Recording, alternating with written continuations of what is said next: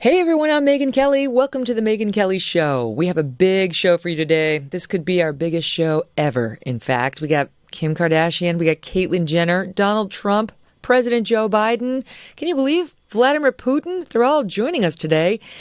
It's not exactly an April Fool's because what we actually have is comedian Kyle Dunnigan, incredibly talented, and he does the most spot-on, hilarious impressions of all of those people. He is here with us for the full show. You're going to love him, and you're going to love these impressions.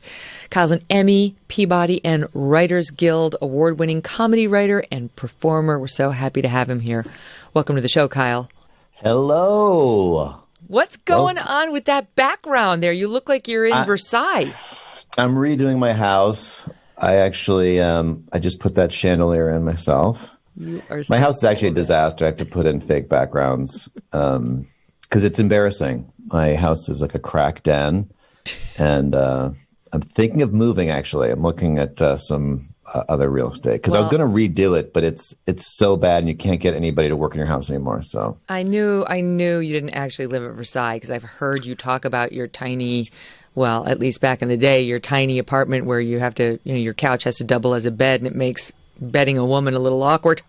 Oh, that is so long ago. That's a deep track. I forgot about that joke. I've done my homework. It was on Conan. They said, I did that. Okay. Mm-hmm. Yes, the creaking old bed. So you've moved up in the world, but not yet to Versailles. Yeah, I have a bed. Have you watched that, by the way? Because I heard I have to watch that. What? Versailles? The new Versailles. There's a new one apparently. No. I love generally period pieces. I don't even know what you're talking about. I assume it's a period piece. It's called Versailles. But like the only one I couldn't tolerate was Bridgerton, where like they were suddenly making like people of different races who it was so woke. I'm like, and peace out. Give me some Julian Fellows.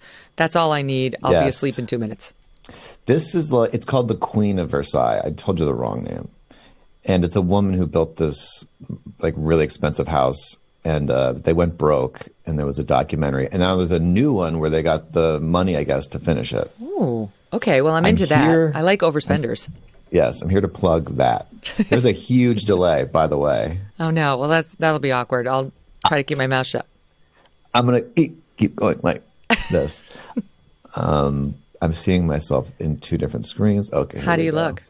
You like it? It's funny because Danny, I guess one of your producers, she was very sweet. And she goes, just take, be in like 10 minutes, maybe like comb your hair or she threw that in. God bless her, Danny. I'm not paying her enough. No, she was right. And now my hair looks great. I think we all were thinking that. Yeah, you look hot. I don't know what happened with those other girls. It was wrong. I've always wanted to be considered hot, and my whole life I've tried, and I gave up a few years ago. But just growing up, I don't know. I thought it could happen eventually, and you actually get uglier as you get older. Did you know that? I am aware. I'm fighting it every step of the way. You look great. What is that like to give up on trying to be hot? I mean, what does that entail? It's freeing. In a way, it's freeing. Because I used to when I leave to go out, I'd look in the mirror, you check yourself out and you're like, all right, cool. I don't even look in the mirror anymore. I leave and sometimes I'll feel the top of my head and I'll feel there's like a hair way up and I look like alfalfa or something. But it's freeing because I don't think about what I look like. Well, how does that manifest? Because, sometimes you come home, if that happens, I never do that, but I can relate just if I take the dogs out in the morning and then you come back in and suddenly you realize you got like some patch of dry skin that's very unsightly. Like, has that ever happened to you? Where you're like, I should stop in front of the mirror. No, yes. It's a terrible idea. I don't recommend it. Right. You're not married. No, I do need a girlfriend. That's also why I'm here. Great. I need more of like a nanny. Yes. I need a nanny is what I need, which women aren't into apparently. Not odd. No, I'm very busy, and I think I busy myself because I don't date much. I don't go out much at all, actually. So when you say you need a nanny, let's run through that because Danny actually is available and she's on all of the dating sites. So I'm gonna run a little interference for her. What specifically is it that you would like? Danny's been so far she's been like a nanny. She said, "Fix your hair." that kind of nanny. Just she needs to go. Like, look, you have to, iron your shirt, just kind of taking care of me, walking around, zip up your fly, and then sort of like you have to pay your insurance. That bill has, been sitting there for 3 months. Things like that. Like keep me on track. What you really need is not a Danny. You need an Abby. Abby's my assistant, and that's what she does. She does everything for me. Today I sent her just a random text saying, "This night in April, Yardley, play." That's it. Like, no information. She's just got to figure it out from that point. I'm turning into Anna Wintour, right? Isn't she's like, bore someone else with your questions. But you need an Abby. You need an assistant. I really do. Really bad. Maybe I need both of them. I also want a night nanny. And what that is, you're on the couch and you're really tired, but you have to get up and floss and brush your teeth and get in your bed. I just want someone to pick me up, like a child, and then floss for me. Like, put me in bed and just floss my mouth and brush my teeth as I'm in bed. And then, because you can go from like tired couch right into your bed. So I think it's actually you need a large business. Woman, a large size woman who doesn't want to ever have sex with you, because I don't believe any woman wants to have sex with a man that she sees floss. Yeah, flossing is disgusting when you really think about it. And you're flicking like food all over your house. Your mirror, right? It's like you got to do cleanup after the floss. I've been married to Doug for almost 15 years now. Never once have I seen him floss. In fact, he almost did it last week. And I was like, we've made it 15 years. What are you doing? No, wait until I get out of the bathroom. No, he knows. I don't want to see that. And I would never even try doing that in front of him, because I think it's important, even after 15 years, and I'm 51 years old, to try to keep the, heat alive. Try to keep it at least possible. I think that's great. I think that's smart. And I wonder why there isn't a floss invention. It must be hard to do, but just like something you just put in your mouth, it does it and you take it out. You know what I mean? That's brilliant. Wouldn't that be everyone would get that? Well, because what do you do at the restaurant when you realize that there's food in your teeth, but you're not supposed to pick your teeth? So then you get up and you go to the bathroom and you take care of the issue. Then you come back, you eat more. And then what if you get more in there? Then you get you go to the restroom 20 times, people think you have a cocaine habit. Do you bring, people do think that about me. Do you bring floss to the restaurant? Always. I've always got it in my bags. Cocaine? Floss. Do you know, my audience knows this, I'm kind of a goody two-shoes. I've literally never tried a drug. Really? Yeah. I'm sure that's strange in the comedy world, but like never. I've never tried a drug. I'm not a big druggie. Alcohol? Yes, that's my only drug of choice. Oh, yes, all day long. Yeah, so as much as humanly possible. I'm too drunk to find my cocaine.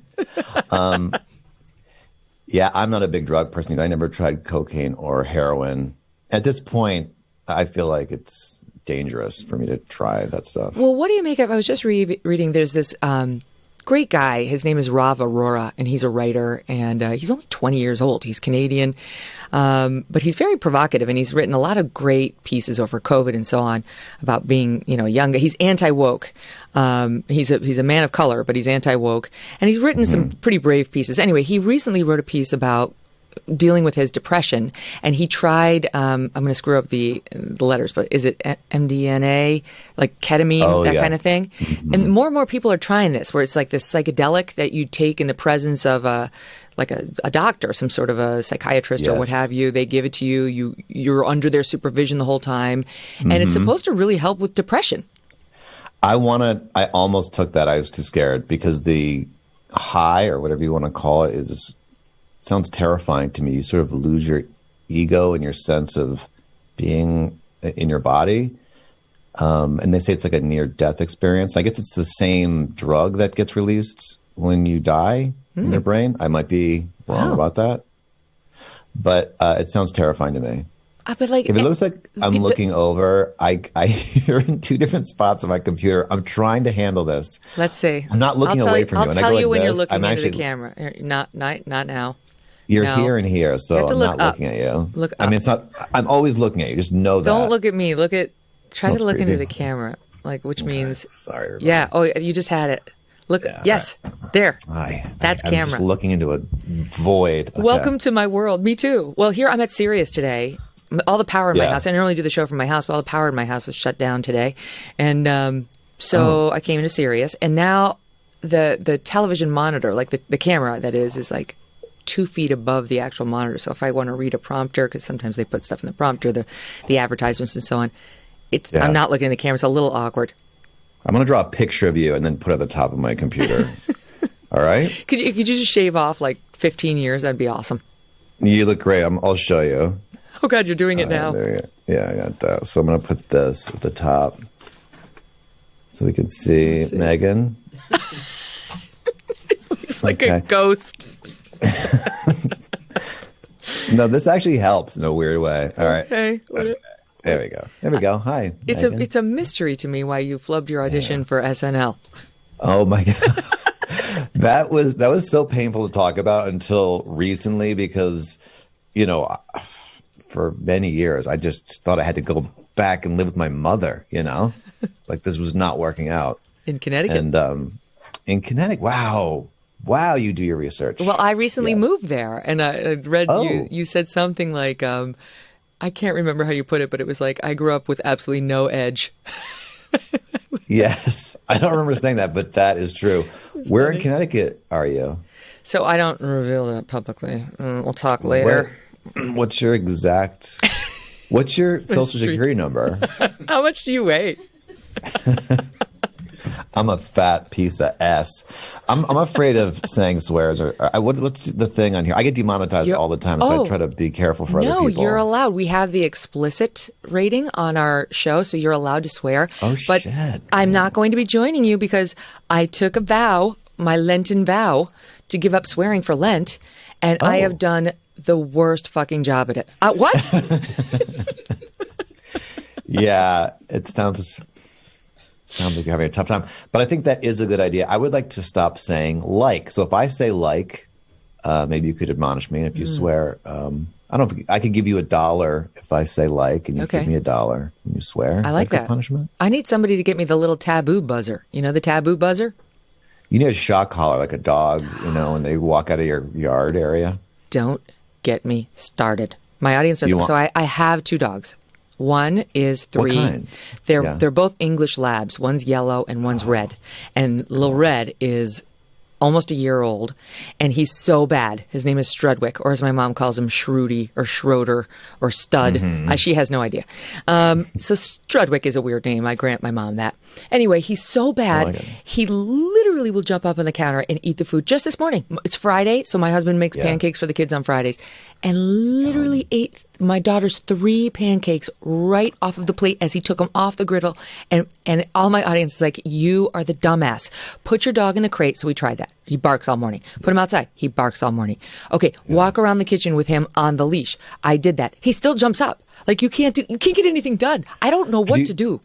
Have you tried a trainer, like someone to come like that Caesar Milan guy kind of thing? Yes, we spent a lot of money to send him away to what I call military reform school, and he apparently flunked out. He came back, and for a week, Kyle, he was amazing. And then he went right back to, and I know the trainer's like, that's you, I know that. But like, he wasn't doing any of the bad stuff until he did the bad stuff, and you can't just sit there all day long in the kitchen. I got things to do, waiting to shock him if he gets up on those hind legs. Yeah, are you afraid to be mean? Do you feel like you're being mean to your dog? When I was at first. I didn't at first want to use that shock collar because my good friend, a dog trainer, was like, no, it's inhuman. I was like, you're right. And then he kept trying to eat my other dog's crap. And I was like, one flew over the cuckoo's nest. Yeah. It doesn't work. Last night I gave my dog a bone, and she had a shard came off. It's like 2 inches, and it was sharp. And I saw it in her mouth, and I went over because I was really scared she'd swallow it. And she saw me coming, thinking I would want a disgusting bone, and she swallowed it whole. And she's a tiny dog, so I'm just monitoring her. What kind of dog is she? She's a pug Chihuahua. Oh, right. She doesn't have any room in there. No, and she's very bad, and it's my fault. I'm not a good discipliner. I think it's funny when she does bad things. Like what? Laugh. What else does she do that's funny bad? I would love funny bad. I have truly distressing bad. Yeah, yours sounds pretty bad. Mine, she just like growls and barks at me. She always wants food, and she's just a brat about food and just constantly barking at me. I don't know, and growling. I think it's funny. Barking, I can do that. Probably trying to give you a warning about your hair. Yes. We have good friends who have Bernese mountain dogs. You know, those big old hairy dogs. They kind of look like one step removed from a Saint Bernard. They're beautiful. And they're one dog. And I guess these dogs, it's the thing with these dogs, they love to eat socks. And even when you're that big, socks are a real problem. So their one dog ate a big sock, and they brought it to the vet, and the vet was like, yeah, he's going to need an operation. I'm like, what? He said, it's going to need an operation to take it out, and it's going to be $8,000. Our friends are like, oh my God. So they paid it. We love our animals. They paid it. And a couple months later, he did it again. Oh my God. So the husband looks at the wife. He goes, so like the dog's totaled, right? He's totaled. Did they just kill the dog? No, of course not. They wound up paying another $8,000. And now no one in their family can wear socks. What about, like, what is the price? Because there must be a price where you wouldn't save your dogs. I think about that. There definitely is. What is the price? I don't know. I don't know what the answer is. I had a biter. This dog bit 17 people, and I didn't have the heart to put him down. I couldn't do it. So I gave him to my sister. God bless my sister. She took him, but so I don't think I could ever like put the dog down because of it. Well, what if it was like 50? What if it was like all of your money and you'd be homeless? Would you? There's always a different solution. I mean, like, why? How could that be the only option? This is in my scenario, in my fun scenario. You have to choose. I mean, the dog's probably got, let's say the dog has like 3 years left and it's like $30 million. All right. Well, then Doug has to do it. Okay. Get someone else to do it. Or Abby. Yeah. Abby. There was a dog who attacked me when I was younger. I was going to see its puppies. Oh, it's siblings puppies. It was like a mother and there was like a brother and then she had a new litter. And I walked with my friends. And then suddenly my two friends in front of me, they split like that. They both ran and I looked and there's just a dog and made this English pointer with its mouth open. And I put my arm up, to protect my face. And it just clamped on and just was like shaking and like tore like my arm here. I'm fine. But I was like 12 and I was in shock. And then the owner was like, give him a treat so he knows you're friendly, which is insane.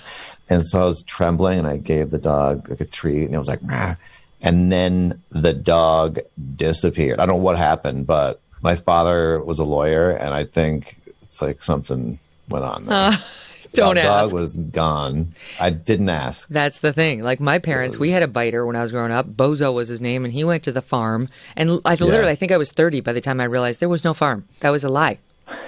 Yes, the farm. My father, I'm making my father look awful, but we were in the Dominican Republic and on vacation, and my parents wanted us to see, like, there's people that are like very impoverished, and you have it very lucky, they were trying to show us.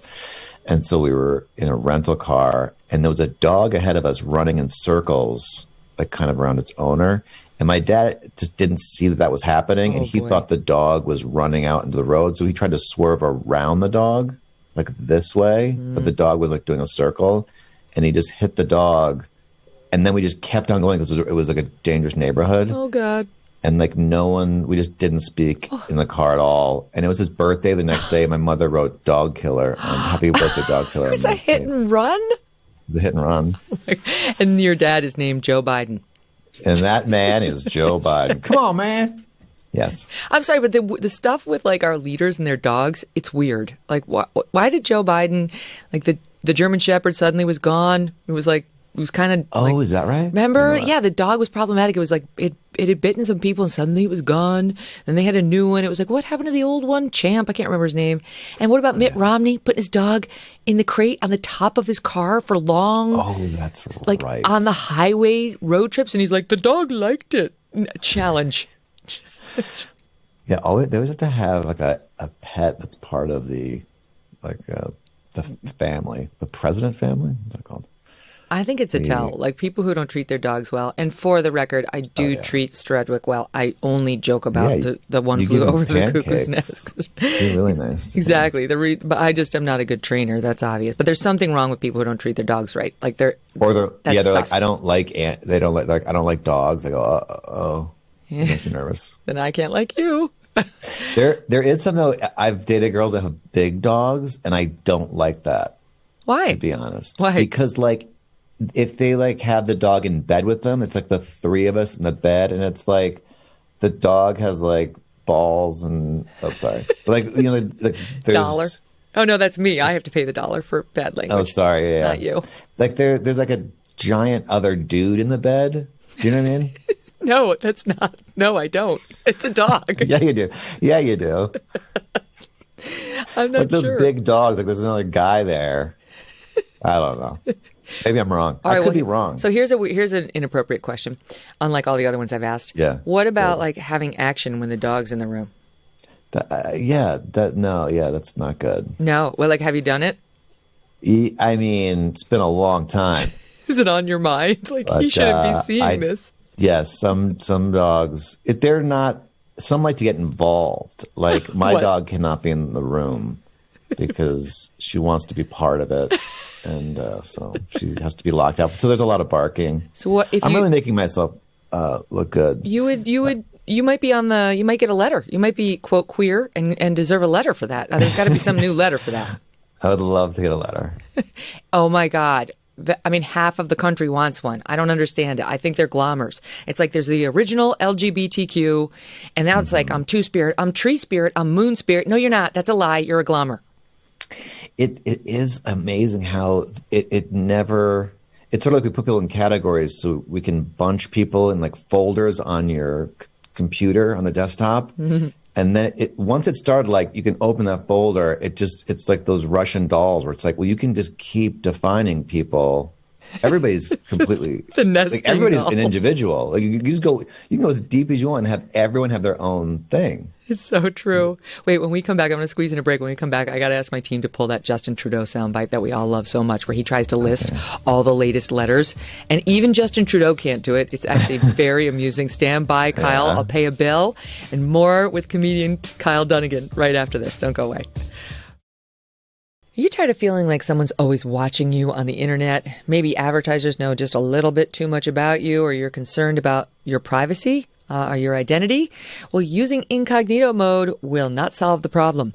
IPVanish VPN will. They are here to protect your right to privacy and help you stay anonymous online. IPVanish helps you safely browse the internet without exposing your private details to third parties like hackers, your ISP, or advertisers. You can use IPVanish on your computers, tablets, phones, even devices like your Fire Stick when you're streaming media. And when you use IPVanish, all of your data is encrypted. This means that your private details, passwords, communications, browsing history, and more will be completely shielded from falling into the wrong hands. Even your physical location will be hidden. IPVanish makes you virtually invisible online. It's that simple. IPVanish is offering an incredible 70% off their yearly plan, 70, I say, for our listeners with a 30-day money-back guarantee. That's like getting 9 months for free. IPVanish, super easy to use. All you have to do is tap one button and you are instantly protected. Take your privacy back today. With a brand rated 4.6 out of 5 on Trustpilot, get it by going to ipvanish.com/Megyn, Megyn, and use that promo code Megyn to claim your 70% savings. That's ipvanish.com/Megyn.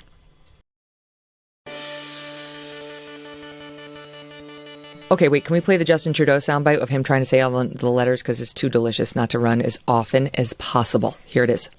I will never apologize for standing up for an LGBTQ2 plus kids' rights to not have to undergo conversion therapy. Oh my God, I have not seen that. That's pretty good. Isn't it amazing? It's one of my absolute favorites. There's more too. Like he didn't even get through half of them. No, when I was saying like tree spirit and moon spirit, that's actually a thing. I only know, or moon gender and tree gender. I only know what my gender is when the moon comes out. That's really interesting. Have you ever tried to think about like, maybe I'm something else, and thought about like maybe I'm a tree? You ever open yourself up to that? No. I'm pretty linear in my approach to most issues. And, the thing, it bothers me because they dangle it now in front of these kids like it's an option. Like maybe you're a tree. You might. That's what I think about. Like when I was a kid, if someone was like, you could be whatever, I'd be like, oh, maybe I am like a Matchbox car or something. I'll give it some thought. Well, now Kids just are creative, today, too. no, it was Wednesday, I think. HHS just announced that, this big push to sort of recognize, that some kids are trans, which is true. But they're looking to fund so-called top surgery. And I love that they call it top surgery. Like, it's just this like sort of fun thing that you do on top. Yay. I love to be on top. Sure. But they're talking about double mastectomy for young girls or breast implants for young boys, which I have to tell you, knowing a lot of women who have had double mastectomies, usually they get it because they have the gene, the gene that makes it very likely you're going to get breast cancer. It is traumatic. It is not an easy surgery. And like to just, top surgery. No. It's very difficult with a lot of side effects. Yeah. Yeah, it's major surgery.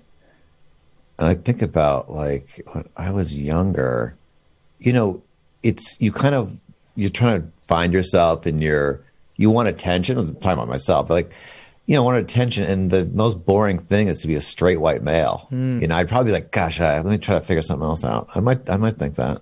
And from New England. I mean, it's like, so boring. I'm raising two of those right now. I don't understand. I'm married to another.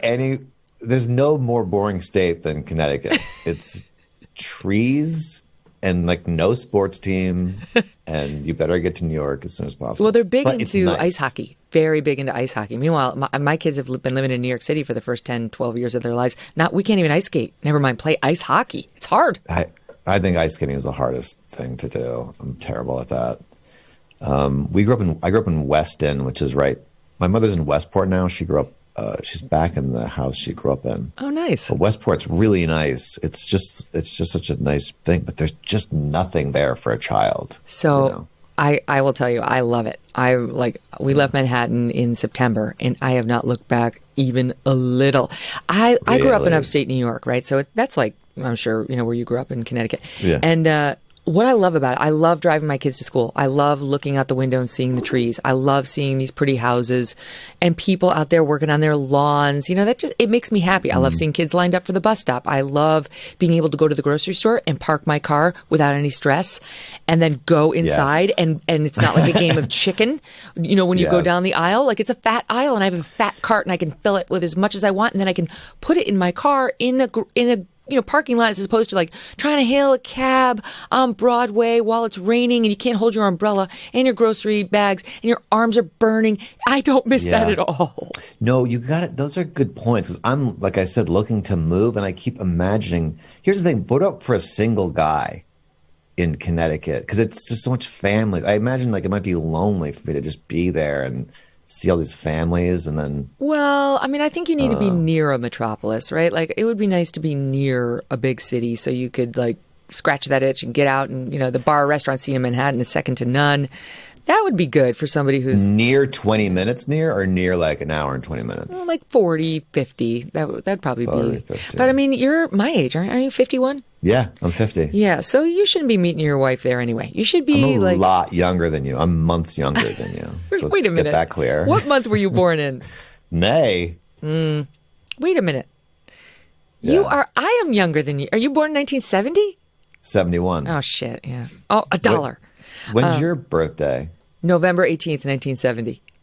Okay. Yeah, damn. Good year. I'm 9 months older than my husband, too. Man, he rubs it in whenever he can. Yeah. But anyway, I think when you're 51, you got to be set up. You got to, like, I think you and Danny might have a thing, although she's much younger than you are. But like, she hates my hair. She hates it. Yeah, I really do think about, I've got to settle down. I got to get my life in order. I don't know what I feel like I was in a coma for 20 years. You know those people and they wake up and they go, oh, it's 2022. And they're like, what? Yes. That's what I feel like. I don't know. My life flew by so fast. No, I can relate. And can I tell you, I look around now and it's like, I used to say, you're old when all the NFL football players are younger than you. Like that for me was the moment where I'm like, oh my God, I'm older than every single one of those guys. My mom used to say it's when Mr. Rogers starts to look hot. Linda. Has that happened to you yet? No, but I did cross over from looking at Michael Landon on Little House on the Prairie from like, oh, that like he's like a dad to, oh, he's hot. He looks good. Where are the ones with his shirt off? Yeah, I like that Mary on that show, but she was blind, right? She got blind at the I end. can't see. Pa.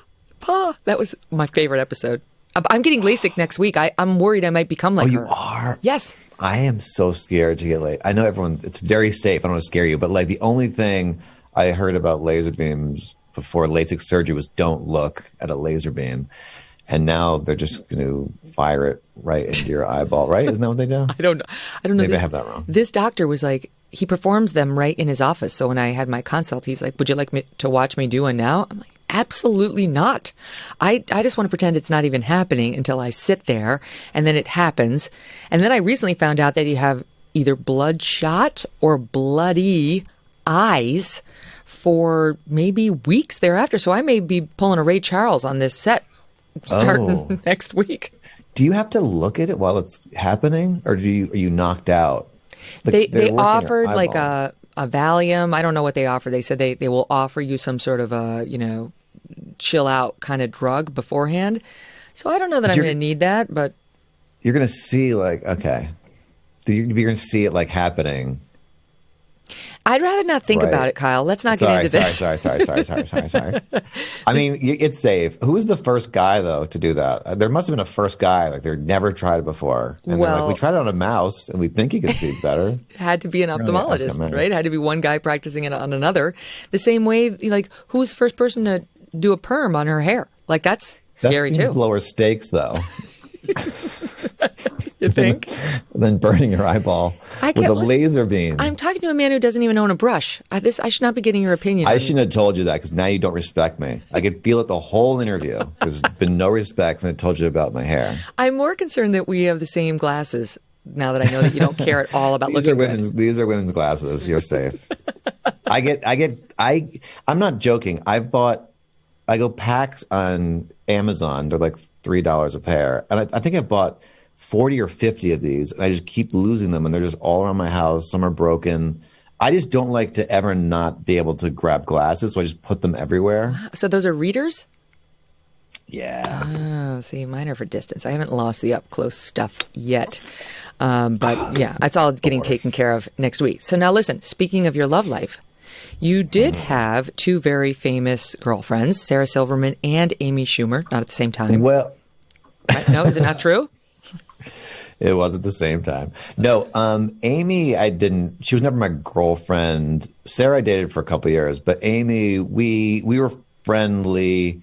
This is years and years ago, by the way. Now, I heard you on Howard's show saying she was your ex because you were living with Amy Schumer and her then current husband, and he was giving you jazz for like being the ex-boyfriend who wouldn't leave.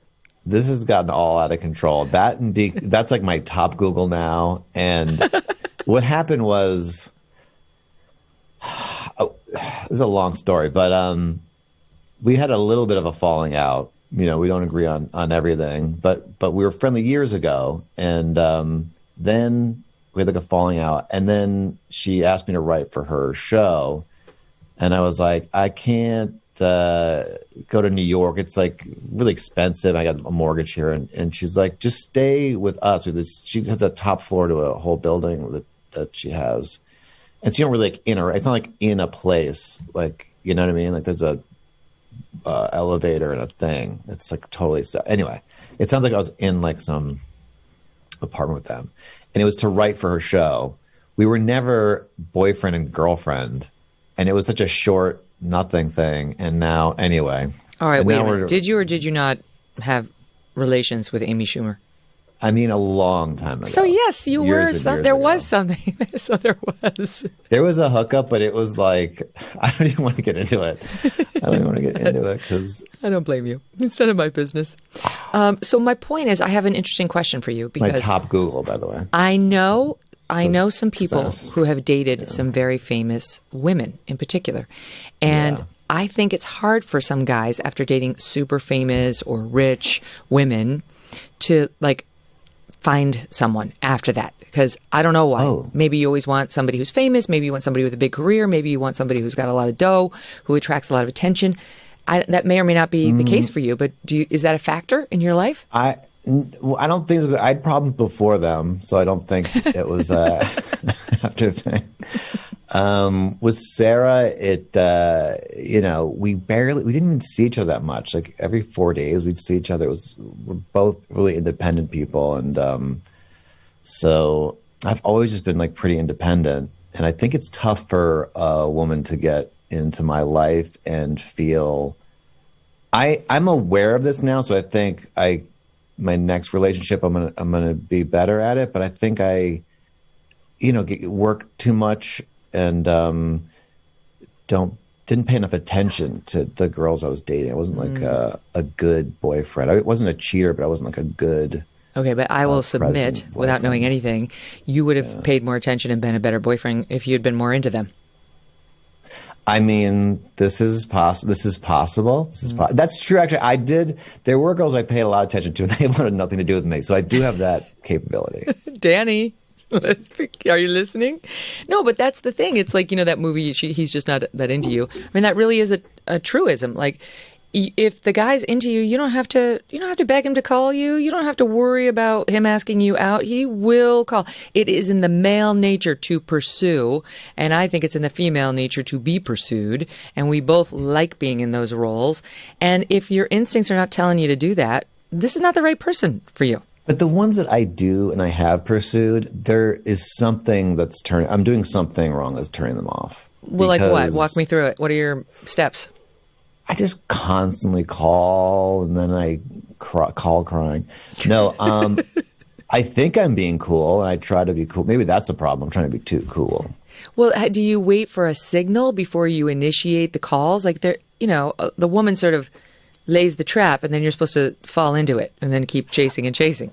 I'm thinking of this one girl that I liked, and it was a long process, and we finally like kind of went out and we hooked up, and then I don't know, it just like fell apart. I don't know like what Well, were you needy? Needy is bad. Remember that line from Broadcast News with Albert Brooks? Like, wouldn't it be great if, how does he say it? Like, if desperation and insecurity made us more attractive, if needy were a turn on? She ended up dating like a famous person. I think actually that's what happened. A famous, good-looking famous guy approached her, and then I was. Well, that's another thing you need to worry about, right? You don't want the star effer. Forgive me. No, I got to get out of that. You don't owe me $1 for that one. I have to get out of LA. Probably it's probably not a great dating scene because I do feel like there is I said like, damn it. We're going to owe each other. Well, let's make a big donation to charity at the end of the show. I know. Abby's going to keep a tally. There's just this is not the right dating scene. Everyone's trying to it feels like a lot of people are trying to. Right. Well, they're not settled. Everyone's trying to get to another place, and they're like, "Can you help?" I've been to LA many times, and I've been to a lot of these big events, and it is so disgusting how so many of the people in the entertainment industry will be talking to you and will literally do the thing you see in the movies of like looking over your shoulder for the next best or more interesting or more famous person to talk to. It's so gross. Yeah. So yeah, not a place you're going to find your future wife. But where else do you have to be based in LA? I was on a date where I'm going. sitting across from her at this dinner, and she's on her phone just like for a long time. So I took a picture of her on her phone and I texted it to her, thinking that she would laugh and go like, "Oh, sorry, I had this important thing." But she just looked at the picture and was like, "Oh, I do look cute." She thought I was being like, "Look how cute you are." And I was like, "I gotta get out of here. Peace out. I'll be a confirmed bachelor before I live with someone like that." Mm-hmm. Yeah. I don't blame you. There are a million women who would love to be with you, Kyle. It's just a question of keeping your standards high, and then definitely don't be needy. Nobody wants that in a man or a woman. I mean, women forget that too. Women forget that too. Like, is this not now that you finally had sex with the person, this is not your opportunity to tell him all the things that are wrong with you and the ways in which you expect him to fix you. He's going to run. Mm-hmm. Yes. I don't think I come off needy. I think, if anything, I'm too aloof. Oh, no. Aloof is good. No, I don't accept that. Aloof is hot. Maybe for a little bit, but then like when you're in a relationship, then you got to dial in a little bit. True. You have to, just with her here or there, you got to let the guard down and let her know like you really want her and you think she's amazing and, you might want a future with her, and then go back to aloof. Yeah. Do you think marriage? I mean, you're married. Do you think? I don't know if marriage is for everyone though. I don't think it is either. I mean, I know that you do a nice. great Bill Maher impression, but I had this discussion with Bill Maher where I was on his show. Okay. And Oh, Megyn, let's talk about it. Okay. it's amazing. New rule. No more swearing on your show. Okay. I had a conversation with him backstage at his show where I was saying, I disagree with your philosophy on love. I know you think the cost of love is lust. That's not true. I think if you found the right woman, and he was basically like, you're an insane person. You don't know me at all. STFU. I've heard no good stories about every story about Bill Maher is funny. I met him too, and yeah. And what did he say to you? He really aggressively ignored me. Oh. We went to Hawaii. And he invited Sarah onto his plane. We'd missed our flight, and then in his defense, like I'm sure he didn't want me there. He wanted Sarah there, and I was like this barnacle. But he just like I would try to be in the conversation, just his back would just bump me out of the circle, kind of stuff. So It's rude. fine. I mean, were you poor doing me. the Bill Maher Fine. impression prior to that exchange? You know what? No, I was just, and Sarah even said, he's not being nice to you, is he? And I was like, no. And then I kind of clocked his voice, and I was like, I honestly, like, you rarely get someone back in life, and I feel bad the amount that he's had to see people come up to him all the time. I've had people, and also he was on Joe Rogan, he brought me up out of nowhere because it bothers me. He hates my impression. He hates it. Yeah, and he out of nowhere on Joe Rogan, he goes, and this guy doing a terrible impression of me, blah blah. And Joe was like, no, it's a good impression, play it. And then he goes, if you play that, I'm leaving. Really? Mad about it. Yeah. And I was in Whole Foods the other day, and this woman came up to me, and she's like, I was on a private plane. I'm a stewardess, and I went up to Bill Maher, and I said, do you know Kyle Dunnigan? He does a really good impression of you. And she said he turned away from her, and then she was told not to talk to Bill Maher for the rest of the flight. No way. I'm shocked by that. And the thing is, when I first did it, it really wasn't mean to him. It was like Bill Maher reading to children. Like, here, let's hear it. What was the stories? I'm trying to think of one children's I remember. story. What was it? I've done my homework. Green eggs and ham. Green eggs and ham. I do not like them, okay? And it's like, should you really be eating eggs that are green? That kind of thing. Hilarious. But anyway, it was just pretty mild. And then once he went on Joe Rogan, I was like, then I felt a little bit more free. And then the next video I did was not. I probably shouldn't have. I probably went a little too far. It was like a Bill Maher gangbang. But anyway, I feel I'm not mad at him. I feel like I've gotten back.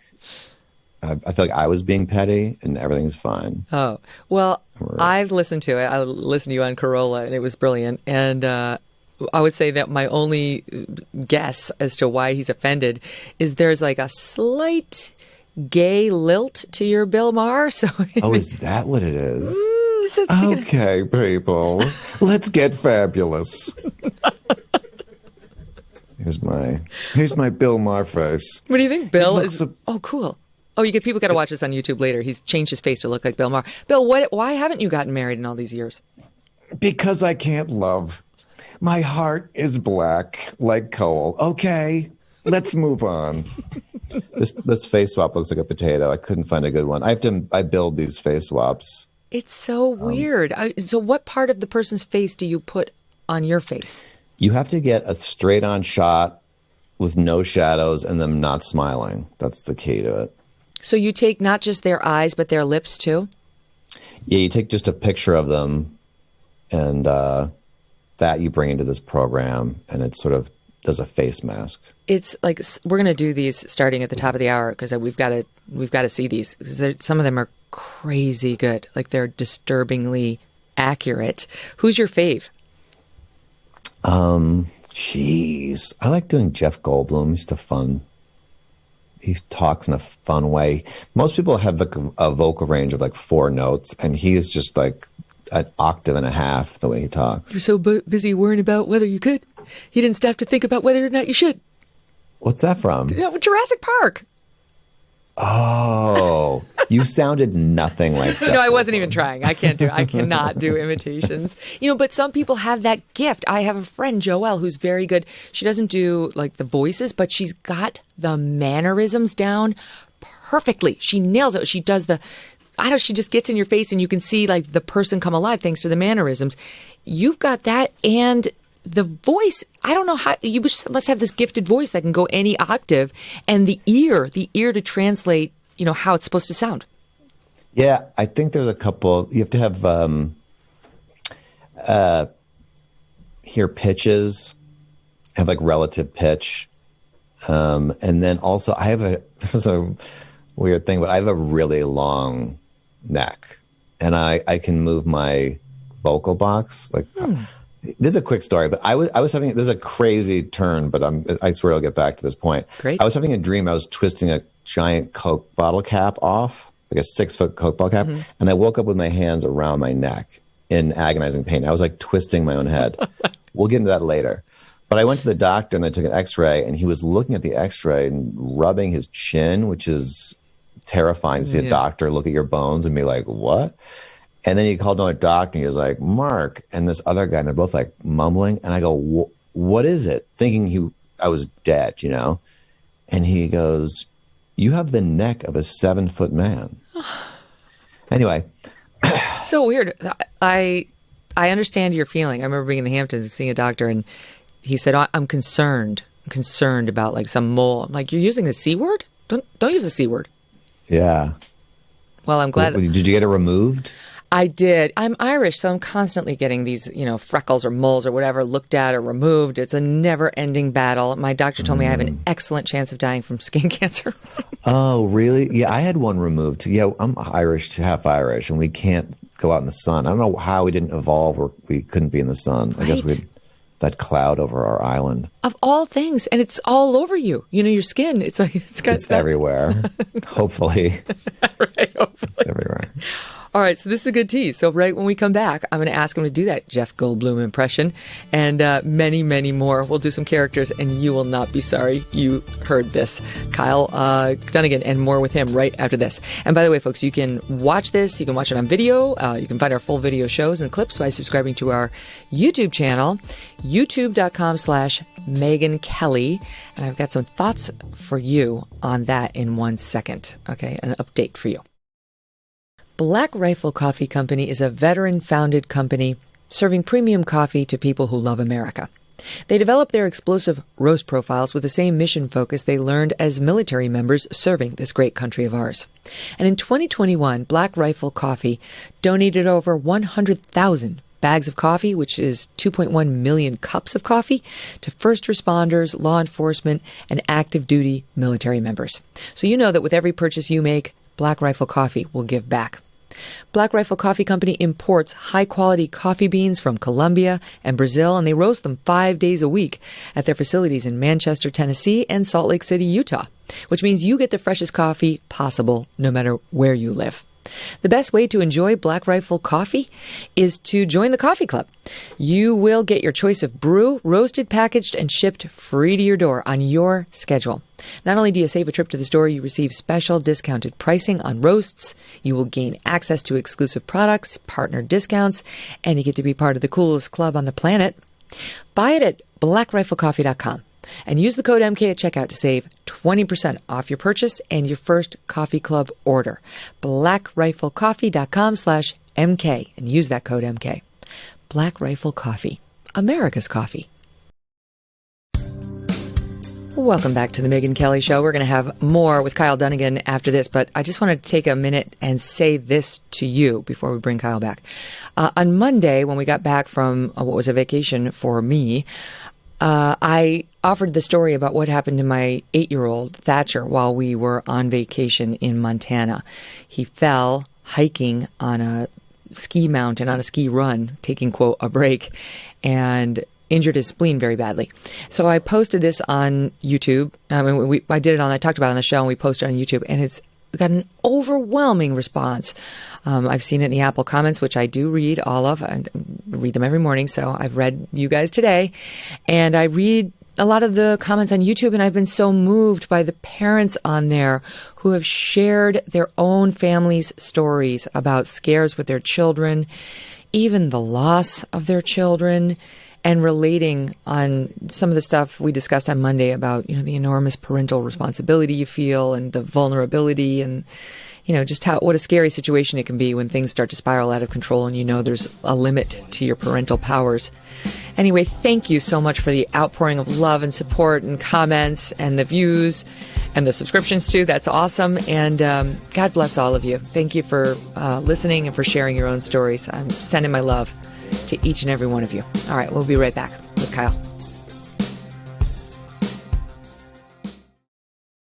Look, we're all adults here, and I know some people choose to use nicotine to relax, focus, or just unwind after a long day. Lucy's a modern oral nicotine company that you need to know about. They make nicotine gum, lozenges, and pouches for adults who are looking for the best, most responsible way to consume their nicotine. Lucy was created by an ex-smoker who knew there had to be a better option. Their scientists used innovations in chemistry and flavor science to create an alternative that actually tastes and feels great. It's a new year. Why not start it out by switching to a new nicotine product that you can feel good about? If you enjoy using nicotine, you should definitely check out Lucy's products at lucy.co. It's tricky at the end there. Lucy.co, and use promo code MK at checkout. Also, I have to read this disclaimer. Warning, this product contains nicotine. Well, duh. Nicotine is an addictive chemical. Remember, if you are interested in a better way to use nicotine, visit lucy.co and be sure to use that promo code MK. Welcome back to the Megyn Kelly Show. Comedian Kyle Dunnigan is here. Visit kyledunnigan.com. That's 2 N's and then a third at the end. DUNNIGAN.com for his tour dates and all of his amazing videos. You won't be sorry that you did. So, Kyle, all right, we promised Jeff Goldblum. What does Jeff Goldblum think of what happened with Will Smith at the Oscars this week? Yes. Nice to be here with you, Megyn Kelly. If you were a dinosaur, you would be the gorgeous X. Let's see. Will Smith. Yes, Will Smith. The slap heard around the world. Yes. But we have to remember, Chris told a joke about his wife, yes, saying that she's gorgeous and looks like another gorgeous actress. That's a bridge too far, yes? Well, Jeff, you may not be aware of the latest headlines on this, just to get you up to speed.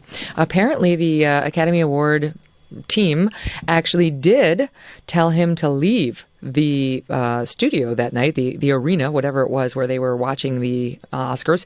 They went and told him, you should step out, and he refused. And there were plans, apparently there were discussions of plans to physically remove Will Smith from the venue. And they, I guess, decided not to create a situation, make a bad situation worse by creating a scene. Should they have ejected him? Yes, wonderful security. There at the Oscars, we can trust them to keep us safe, obviously. I don't know that Chris Rock feels that way. Not at all, no. The LAPD was prepared to arrest Will Smith. They actually apparently said, this is all according to an Oscars producer named Will Packer, who spoke on GMA, that they were telling him, this is battery. That was the word they used in the moment, he said. And they said, we'll go get him. We're prepared. We're prepared to get him right now. If you want to press charges, we will arrest him. And Chris Rock said, no, I'm fine. No. And he also told his audience, one of whom cursed out at a live comedy event this past weekend, calling Will Smith a name, saying F Will Smith. Rock said, no. He shut that down. What do you make of it?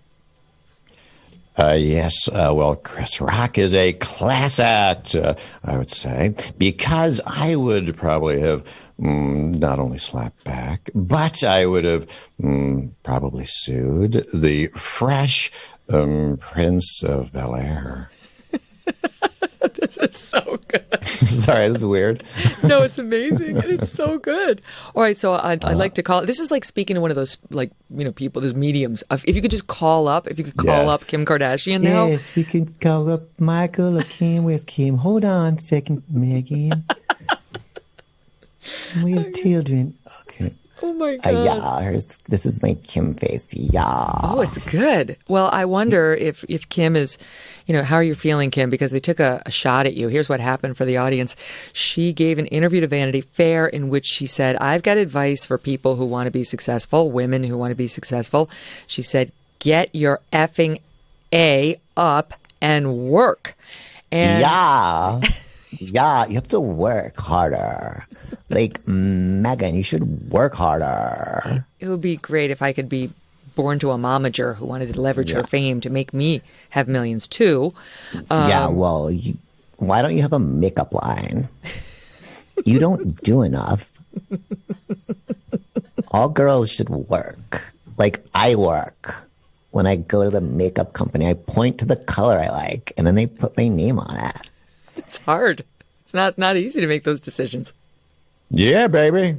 Oh, God, that's Caitlyn. This is terrifying. Caitlyn Jenner, baby. Yeah. Caitlyn, what happened when you saw Lady Gaga outside of that the night of the Oscars? She What snubbed a bitch, you, right? She was what the a hell's bitch. wrong with her? Yes, she was so nasty. There's cameras everywhere. Just pretend you like me, Jesus. Wait, I was being nice. I could have been sassy myself. I showed class like Chris Rock, baby. Wait, stand by. Let's play soundbite 15 of your awkward exchange with Lady Gaga outside of the Elton John AIDS Foundation's 30th Annual Academy Awards viewing party Sunday night. Watch. I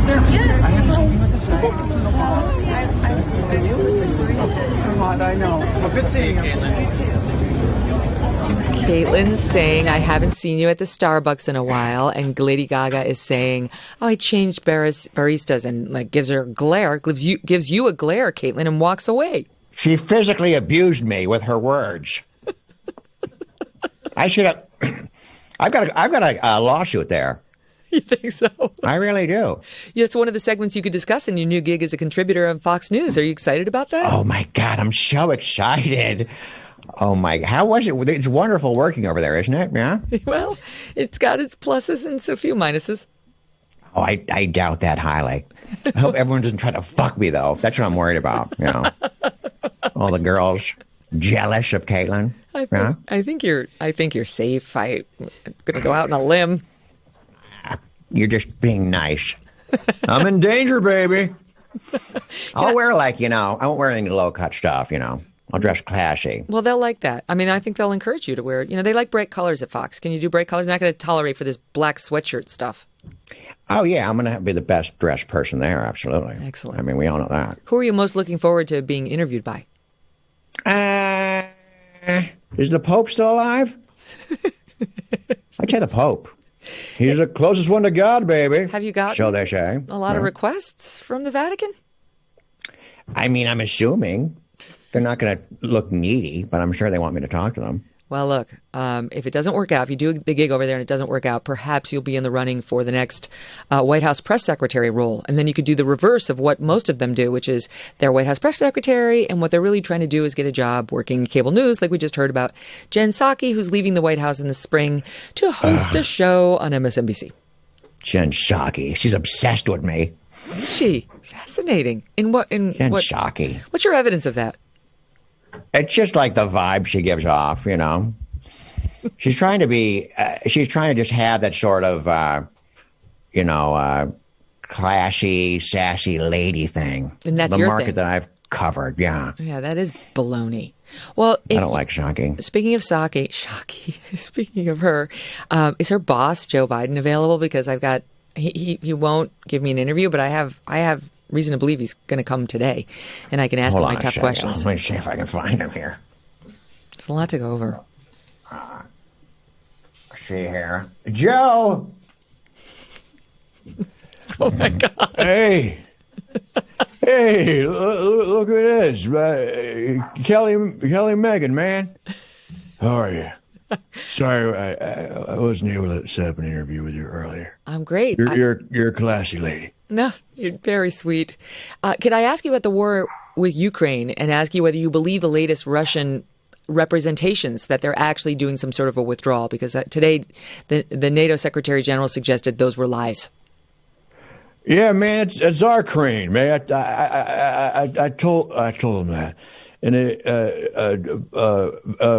Vladimir Putin is not Putin, the guy without the shirt, man.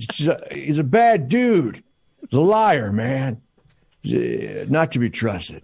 So I don't believe a word that guy says. He's like corn pop. Mm-hmm. There's some guys in the world, man. You just can't. Can't trust him, man. Hey, did you shit my pants or did I? What's going on here? What happened? Megyn Kelly, the classiest gal in the news. I think. Mr. President, what happened when you seemed to call for a regime change earlier this week, something that is not U.S. policy and actually could place other world leaders, including men like yourself, in danger? Why'd you do that? Huh? What did I do? You said it. You said it, pal. I didn't say nothing about that. My boy Hunty he's lost his job over there in the crane. He had a great, nice, cushy job there, working for $80,000 a week. And this guy, man, blew it all for self-centered reasons. Who? Hunter blew it all? Hunter, no, Putin, man, Pluto blew it for my boy. Come on, you know the thing, the guy. Yeah, it's a problem. Yeah, I'm sure Hunter was very upset about that. Well, I mean, did you step in? Because the reports are that when you got that one prosecutor got him fired over there in the Ukraine, you did that not to clean up corruption, but to get him off of Burisma, the company that was paying Hunter $50,000 a month. Is that true? Yeah, man. Let me tell you something. I love my boy. He's my boy Hunty. I'd do anything for that little bugger. Yeah, he's had a few problems, but he's highly qualified to sit on the board of petroleum over there in the Ukraine. Highly qualified. How so? How specifically? What qualifies him? Huh? Because he's got the knowledge, the know-how to figure out on the fly. That's a skill you can't put on a resume. With all due respect, I don't feel like I'm getting real answers, and so if you wouldn't mind, I'd love to speak to the. If one of your handlers could take the microphone and pass it to Kamala Harris, I might do better with the vice president, since the president has fallen asleep again. I don't have Kamala Harris here. It'd be wonderful if I could just speak with someone who might actually be in charge. And why? Man, is anybody out there, man? What's going on here? Hold on a second. Hey, it's Trans Trump. It's a new that's Trans new campaign. Okay, Trans Trump. It's Trans. So stunning, so terrific. Trans Trump. No. So stunning. No. You got look. You got to vote for me. You got no choice. You got to do it. You got to do it. Look, like Leah Thomas, the greatest swimmer of all time, I will be leaving all those fat losers in my wake. Trans Trump. I have to tell you, Mr. Trump, I know that you prize beauty. You used to own and run a beauty contest. I'm not sure you'd be winning any of those awards like this. Look, Megyn Kelly, look at her attacking me again. You're always so nasty to me. I don't know why. Look. You're so nasty. Nasty woman. You're a nasty lady. But look, I've always thought you were terrific. So terrific. And I will continue to support you and follow you on Twitter. Excellent.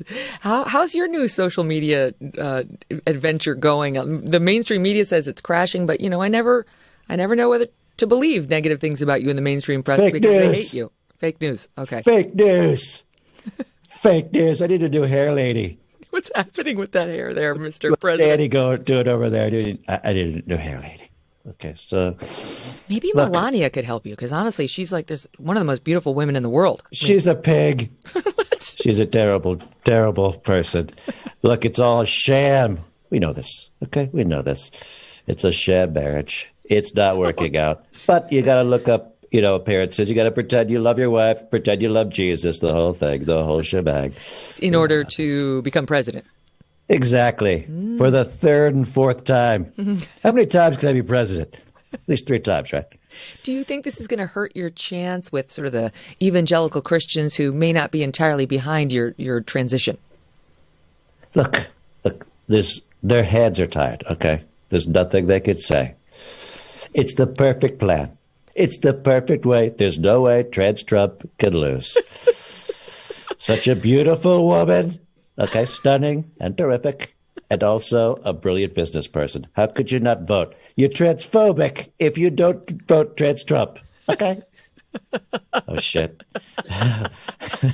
So for the audience at home, I gotta get out of here. He's wearing like the worst wig ever, and his face looks just like Donald Trump's face. But you've got to go look at this on YouTube later. I'm so confused. I don't know what's happening. The voice. You were attracted to trans Trump, I feel like, a little bit. I might have a cocktail with her. I don't know. She was entertaining. She thinks I'm terrific. That was amazing. All right. Yes, I do want to. You don't have to do Kamala Harris. I can't. I don't think I'm allowed to do Kamala Harris. I'm going to do Kamala Harris. I'm not actually going to do Kamala Harris, but I'm going to play you a soundbite of Kamala Harris and ask you if this woman is in the right job. This is her. She went to. She was speaking with the Prime Minister of Jamaica, and her dad is from Jamaica, so should be nice, should be sort of friendly, should be easy because there's a lot of love for her there. And yet, you tell me what was going on in this word salad that is soundbite 18. We also recognize, just as it has been in the United States for Jamaica, one of the issues that has been presented as an issue that is economic in the way of its impact has been the pandemic. So to that end, we are announcing today also that we will assist Jamaica in COVID recovery by assisting in terms of the recovery efforts in Jamaica that have been essential to, I believe, what is necessary to strengthen not only the issue of public health, but also the economy. In the words of Archie Bunker, Edith.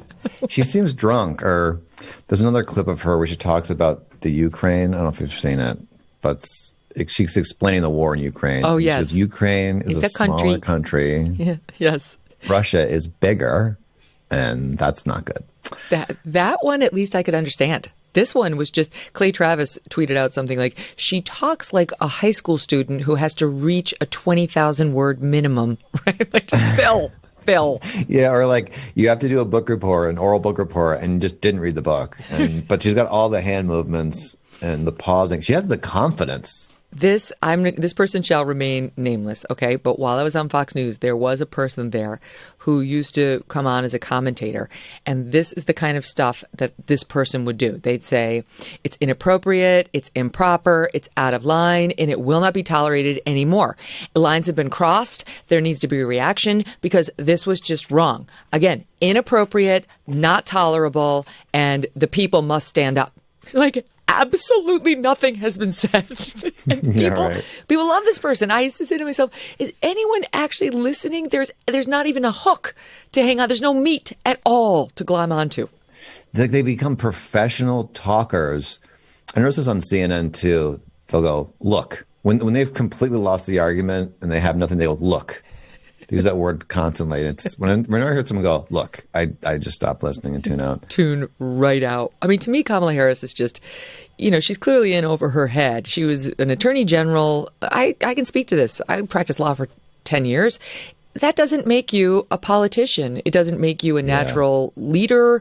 It makes you know how to litigate cases. And those skills don't necessarily translate. But I don't know.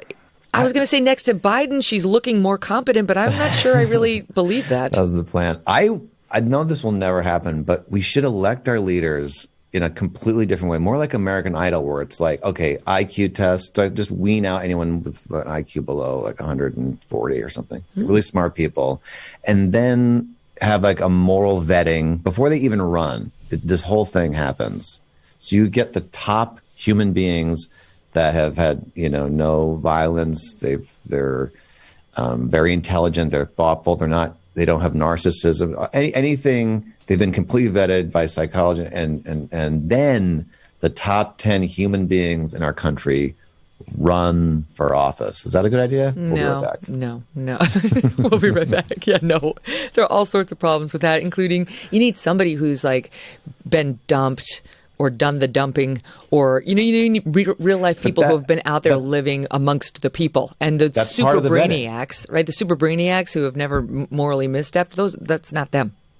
But that's the thing. There's 10 people who have the whole package. They've lived a life. Name one. They have what you're saying, but they're also very smart. Like I don't who? know anybody. Like right, that's the problem. But out of 330 million, there's got to be 10. You look at somebody like Jeff Bezos, right? And he's incredibly accomplished, and not only just to create and run Amazon, but now he's got the whole spaceship. It's like, wow, this is amazing. And I do love Amazon. It's very, very convenient. Although I understand the controversy in the mom and pop stores and so on. Mm-hmm. But then, like, his behavior now, like with getting rid of the wife, and now with the younger, hot woman who left her, and like the wheels are falling off. Yes, and all the paparazzi engaged photos. They're obviously allowing it. They like it in their bathing suits, like with his weird tan and his weird. I don't know if those are steroid muscles. I can't tell, but I think you're into it. Like, this is the kind of thing you do when you're into somebody. You're trying to play it off, but you're into Jeff Bezos. You think he's hot? Not hot stuff. Even a little. Why are you smiling if you're not in love with Jeff Bezos? Just the thought of it is amusing to me. Although, do you do a Jeff Bezos? Because he could use a little gay lilt too. I should do a Jeff Bezos. He talks like kind of Kermit, doesn't he? Talk like sort of like this. Yes. Like, I'm going to outer space with my cowboy hat. The cowboy hat, outer space outfit was my favorite. Did you like it more or less than the shape of his actual rocket? They really should have a meeting where they go, look, can we make it not look like a penis? Right. Or is that good for, you got more advertised, got more eyeballs on it? No. Somebody should have said, we have to keep it at least PG-13. Like, it's got to, we have to put something on it and not a bunch of round stuff at the bottom. It has to be like, we have to add something more angular someplace. Is somebody, that's a sign when you have too many yes people around you. Like, someone in the team was like, that looks a lot like a penis, but was afraid to tell him. He's like, it's perfect. 100% true. Well, I'll tell you, the other problem you get if you just go with somebody who's got ostensibly a high IQ and, knows something really well and is ready to talk to us about it is you wind up with the Dr. Fauci's of the world. And they're singularly focused on one thing to the exclusion of all the other things that matter. Go ahead. But I am not saying this was like a series of 20 things. One of them is they have to not be stupid. I'm not saying just get a person who's completely intellectual and has no life experience. I'm just saying we vet the person, the people that run in a psychological way where they have to have some depth and thoughtfulness and they're not self-centered and all these other things. And they're also very smart. They have a knowledge of history and how wars start and how they don't go well. And then you run. Where I want to see 10 people up there that are the people that I would say I don't know anybody in my life that's better than them to run. I don't see that now. It would be nice if we could get them there kicking and screaming rather than having spent their whole life trying to audition for the role. Someone like a George Washington, right, who didn't want the job. Isn't that the problem where to be a politician you have to lie? You have to be a liar to get to the top. I mean, if you're not religious, you have to say you love Jesus. You have to lie.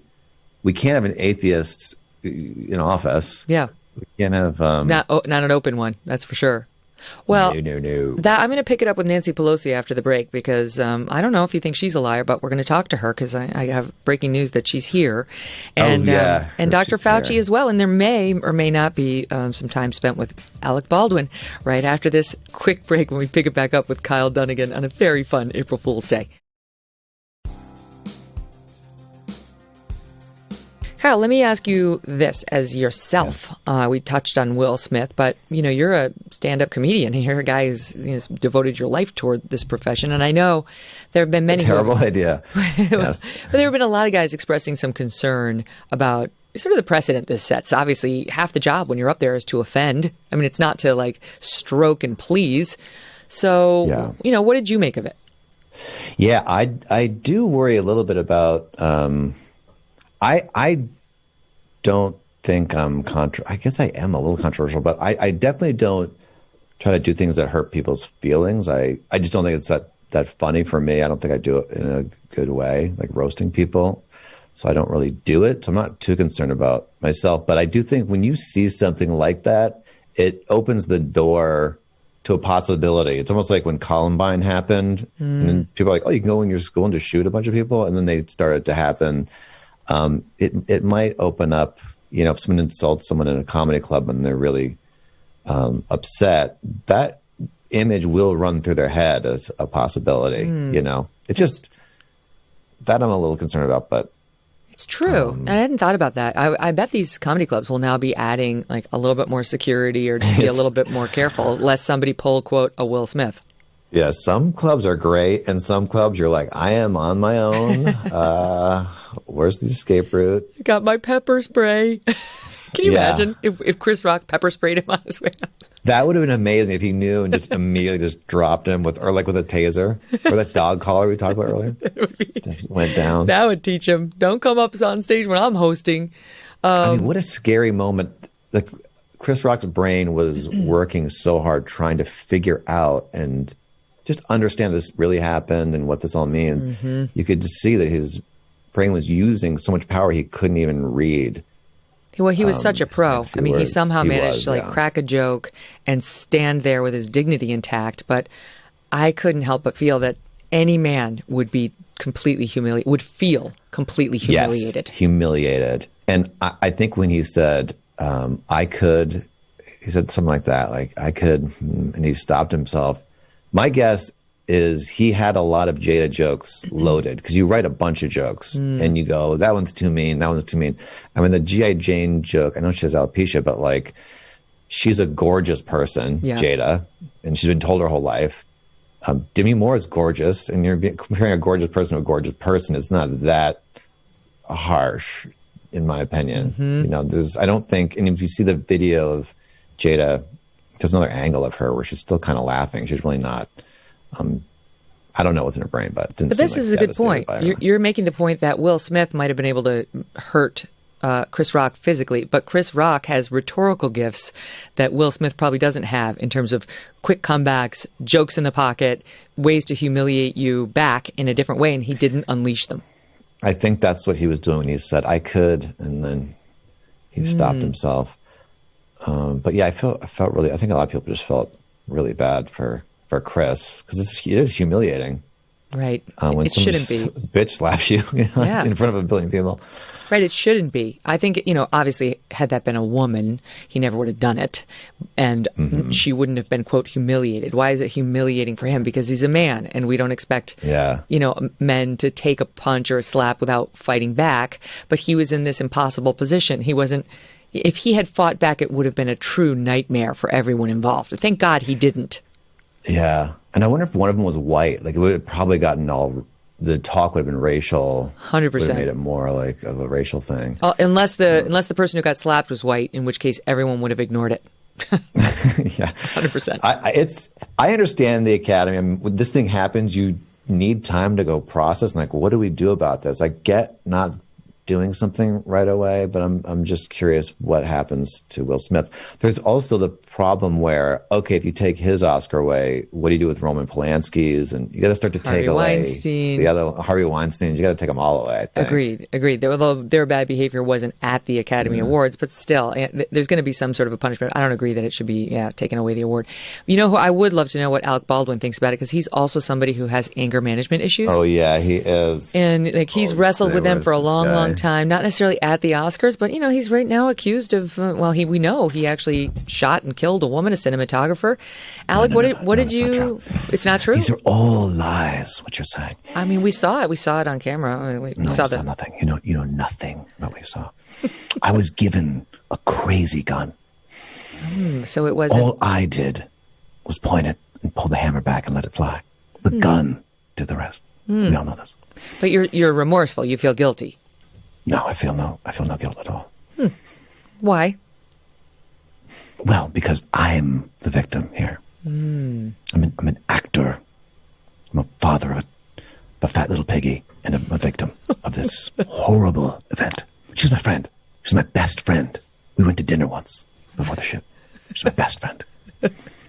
You know, one of the funny Hannah Montana was my best friend.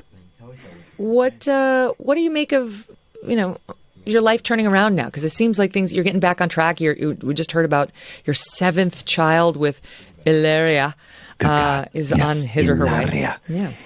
My wife, who's born in España, in a small town called Boston, Massachusetts. Yeah, no, not Spain. No, that wasn't true. That was a lie she made up to make, and you helped. No. This is all. Now you're the fake news. You're the fake news. You're just trying to grab a sound bite here. Well, Ilaria was born and raised in Spain. We all know this. We all know this. Well, listen, let me shift gears because I think you have enough to deal with. You got to go to manage your 25 children, and We're also working on Rust 2. Oh, really? How's that going to go? It's going to be great. It's been a great film.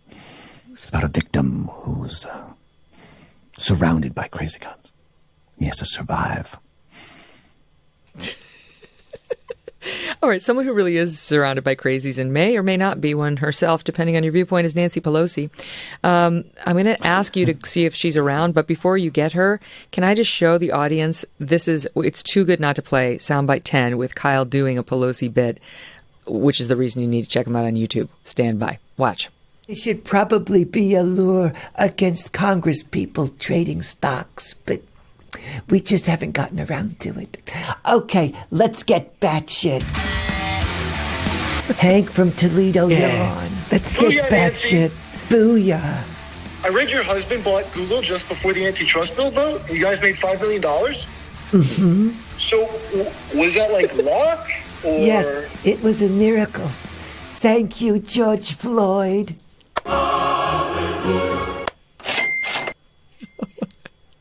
Oh my God, she's typing with a skeleton hand. Madam Speaker, it's a pleasure to have you. Thank you for being here. Hello.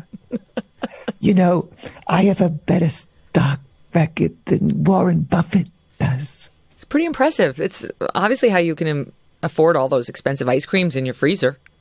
Mm-hmm. And all my hair appointments. Those bills add up, sweetheart. Right. That money's got to come from somewhere. You know, speaking of the hair appointment, you took some flack during the pandemic for telling the rest of us we couldn't go into the hair salon either at all, or if we did, we had to wear a mask the entire time, and yet there you were. Right. No mask. Well, if you knew what was going on there, you would have understood why I did that. There was only 30 or 40 people in there, and my hair looked awful. So it was desperate times. It was an emergency, a hair emergency, as I call it. I can understand that, and, you know, I do. Can I just ask you, this is an inappropriate question, but, you know, some people write a lot about plastic surgery and, you know, whether you've had any and whether maybe you've had a little too much. Is that something you care to comment on? It's all lies. I mean, this puffy face is natural, God-given fillers. God-given fillers. That's amazing. How does one get those? Because they seem to appear later in life for you. It's a miracle. My face just keeps getting fatter and fatter. Oh gosh, you're such a lucky person. And let's hope genetics. Let's hope for you that luck continues in November, because, you know, things aren't looking so good right now, according to the polls for the Democrats. Any chance you think you might hold on to the House and the speakership? Yes, we have some surprises up our sleeves, sweetheart. Sweet. Don't you worry. We'll be okay. Oh, well, I'm excited to see what those are. Stand by, because I do really want to chat with another Democrat who's been in the news lately, and his name is Andrew Cuomo. I'm going to play a soundbite. This is a man, you may not know him, Nancy, but his name is Kyle, and he does the best impressions, and he did this one of Governor Andrew Cuomo. This is soundbite 9, and then I'm going to interview him. Here it is. Here is a chart of your grandmother's sexual attraction to me over the past year. We start off with a spike when I start to do my daily briefings. We then have another spike when I start to show charts. Here's the point where I killed a bunch of old people, bit of a dip, then sexual assault claims, 1, 2, 3, 4, 5, 6, etc. Okay, that is all the time we have today. Until next time, keep your head in the clouds and your eyes in the charts. Governor, it's wonderful to have you here. I never thought you'd have the guts to actually show up. It's wonderful to be here. Of course I have the guts. Of course. Italians have guts. They're filled with meatballs, but we got them. Well, let me ask you first, because, it's more recently in the news, about the downfall of your brother at CNN. Chris, what do you make of that? Yeah, what was that? Look, he's a bad kid. I didn't want to tell people, but he's no good. He's rotten from the inside. Okay? That's why you were Mom's favorite. Absolutely. My mother loved me best, and she told us. Okay. Next story. Explains a lot. One day, Christopher came home from school. He had cheated on his test. Okay. My grandfather, who was in the adult circus for adults, he brought him down to work. Okay. Because we were going to have Chris work in the adult circus. My grandfather had this very famous act. He would take his testicles out and go through the aisles, smacking people in the face. One day, Christopher sees him backstage, and he's putting, oils on his testicles. He says to him, Gramps, what are you doing? He says, I do this so when I smack the people in the face with the Polish car wash, it moisturizes their skin. He was doing this for other people, teaching Christopher to do for others, not just for yourself. Brilliant man. But it didn't work. He's a piece of crap. Well, some would say that you were the one who took that lesson to heart. You got booted out of office for harassing a bunch of women. That was a smear job because I have pierced nipples. Oh. Did you know this? No. Well, yes. I think I actually did read something about that. You actually do, don't you? Yes, I do. Look at pictures online. Oh, you could see through the shirt. No, thanks. I pierced my nipples. Did it hurt? Insanity. Of course. But I like the hurt. Pain and sexual pleasure are one and the same. Okay. Okay. Two sides of the same coin. What about these rumors that you're plotting a political comeback? These are true stories. Okay. I will let the cat out of the bag on your show. I'm running for office again. You just need a little time to let things cool off. The way things work now, so many things they come at the people's, they forget, that you sexually harassed people. It hasn't even been a year since you got booted out of office. So what makes you think people want you back? They have no choice. I am too charming and terrific for them to resist the Cuomo. A lot of Cuomo-sexuals out there. I'm not sure if you're aware of this. Still? Absolutely. They're even more attracted to a bad boy. That's why I wear this hat. Bad boy hat. Okay. What do you make of the claims online that people look at your brother Chris and they say he's the Fredo of the family? He is. He's the Fredo of the family. So you don't find that racist, as he claimed? No. I mean, it's true. If it were not true, it would be racist. But he is the Fredo. I, of course, am the godfather. Ah, I see. Pulling the strings of the puppets of the Cuomo family. Okay.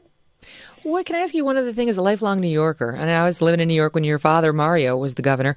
I don't agree with the renaming of the Tappan Zee Bridge to the Mario Cuomo Bridge. I don't like it. And I think, given your disgrace and your brother's disgrace, we shouldn't have to be going across that bridge every day seeing the Cuomo name. Is there anything, you could do to undo that? That's terrible. That's terrible. I'm saying it might soften me on you a little bit. What's wrong with that? What's wrong with the Cuomo Bridge? I don't want to be reminded. It's a beautiful reminded. name. You like Tappan Zee? Yeah, I like Tappan Zee. It sounds like a pudding. What would you call it? The Megyn Kelly Bridge? I was fine with Tappan Zee. It's been the Tappan Zee my whole life. I don't need to honor Mario Cuomo with my car. Disgusting name. You should honor him. He built this city. You think? Absolutely. Challenge.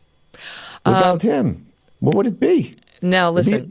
It would be Boston. I love talking to you, but I got a lot of other guys I got to get to with equally large egos, and they include some very important people. So thank you for being here, Governor. But I'm gonna turn the page and talk to Dr. Fauci.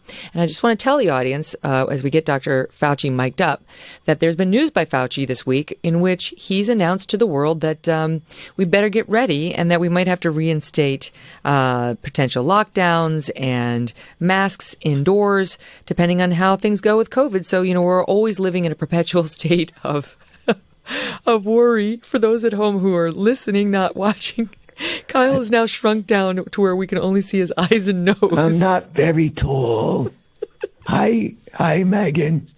I'm shorter than the others. Dr. Fauci, why? Hello. Why didn't you sit on like a big man's chair, big boy chair? I'm sitting on 3 apple boxes, but I still only got this tall. It's a sad thing. It's nothing to laugh at.